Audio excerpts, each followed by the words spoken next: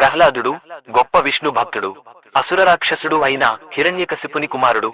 దేవతలకు బద్ధ శత్రువులైన రాక్షస జాతిలో జన్మించి తన తండ్రికి విరోధి అయిన శ్రీ మహావిష్ణువునే స్మరించి ముక్తి పొందినవాడు.